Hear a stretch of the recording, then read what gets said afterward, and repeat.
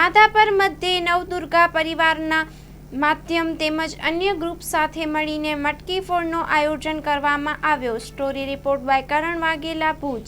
અમારા દર વર્ષે નવદુર્ગા પરિવારના માધ્યમથી એની સાથે જોડાયેલા શુભમ ગ્રુપ, શ્રીહરિ ગ્રુપ, તુલસી ગ્રુપ અને નવદુર્ગા ડીજે સાઉન્ડ અને શુભમ ઇન્વાઇટ, આ પાંચેય ગ્રુપ સાથે મળી અને દર વર્ષે આ જન્માષ્ટમીનો ઉત્સવ ઉજવતા આજના આ જન્માષ્ટમી ઉત્સવની ધરતી સંધ્યાએ સમસ્ત સનાતન પ્રેમીઓને હાર્દિક શુભકામનાએ અને ખાસ કરીને મારી માધાપરની જે પ્રેક્ષક હોય, સનાતન પ્રેમી હરિભક્તો હોય, એવો વરસાદી માહોલની અંદર પણ આવડી બહોળી સંખ્યાની અંદર અમારા ઉત્સવને અને યાદગાર પ્રસંગને એના જીવનમાં ઉતરી જાય એવી ઘડીને આજે સફળ બનાવી।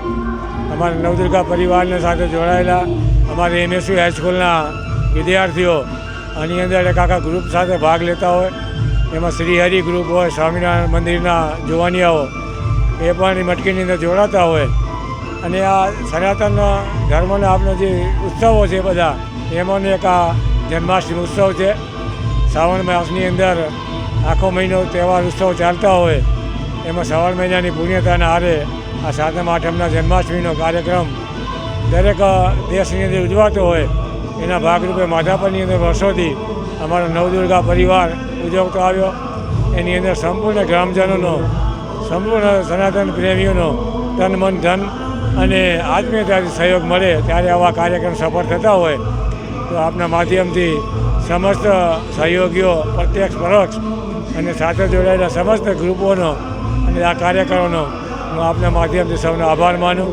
ફરીથી આવા સનાતન ધર્મના આપણે સૌ સાથે મળી અને તહેવાર અને પ્રસંગ ઉજવીએ, એની અંદર સમસ્ત સનાતન પ્રેમીઓ સાથે રહે અને આપણા આવનાર પેઢીને આ સનાતન સંસ્કૃતિ જોડાયેલા રહે એવા આપણે પ્રયત્ન કરીએ। ખૂબ ખૂબ ધન્યવાદ, આભાર।